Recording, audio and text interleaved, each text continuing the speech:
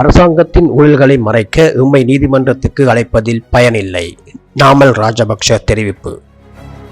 அரசாங்கத்தின் நிலக்கரி ஊழல் மற்றும் கொள்கலன் முறைகேடுகளை மறைப்பதற்காகவே தாம் உள்ளிட்ட எதிர்க்கட்சியினரை நீதிமன்றத்திற்கு அழைத்து வேட்டையாடும் படலம் ஆரம்பிக்கப்பட்டுள்ளதாக ஸ்ரீலங்கா பொதுஜன பெரமுனவின் தேசிய அமைப்பாளரும் நாடாளுமன்ற உறுப்பினருமான நாமல் ராஜபக்ஷ தெரிவித்தார். මට ලැබෙන පිළිගැනීමද තවත් කෙනෙකුට ලැබෙන පිළිගැනීමට වඩා මේ අය ආපු කාරණේ කරගන්න බැරි වෙච්ච කින්ද තමයි කලබලලා තියෙන්නේ. මේ ආවේ රටේ ජනතාවට සේවය කරන්න සහ මේ සිස්ටම් එක වෙනස් කරන්න.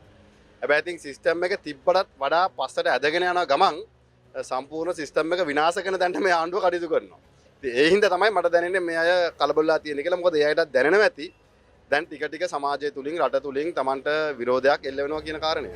இன்று கொழும்பு நீதவான் நீதிமன்றில் முன்னிலையானதன் பின்னர் ஊடகங்களுக்கு கருத்து தெரிவித்த அவர், இந்திய குடியரசு தினத்தை முன்னிட்டு கலிங்கா பல்கலைக்கழகம் தனக்கு விடுத்த அழைப்பின் பேரில் அங்கு சென்று உரையாற்றியமைக்காக அரசாங்கம் தேவையற்ற விதத்தில் பதற்றமடைந்துள்ளதாக குறிப்பிட்டுள்ளார்.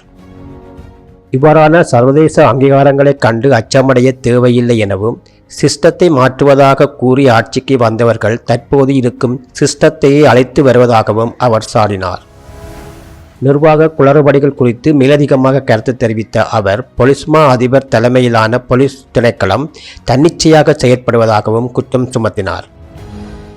மேலும் தமக்கு சாதகமாக செயற்படாத நீதிபதிகளை இடமாற்றம் செய்வது மற்றும் போலீசாரை அரசியல் தேவைக்காக பயன்படுத்துவது போன்ற செயல்களின் மூலம் அரசாங்கம் நீதித்துறையில் தலையிடுவதாகவும் தெரிவித்தார். நிலக்கரி இறக்குமதி ஊழல் மற்றும் 300க்கும் மேற்பட்ட கொள்கலன்கள் சட்டவிரோதமாக விடுக்கப்பட்ட சம்பவங்களை மறைக்கவே இவ்வாறான அரசியல் பழிவாங்கல்கள் முன்னெடுக்கப்படுவதாகவும், இவற்றுக்கு அஞ்சப் போவதில்லை எனவும் நாமல் ராஜபக்ஷ இதன்போது வலியுறுத்தினார்.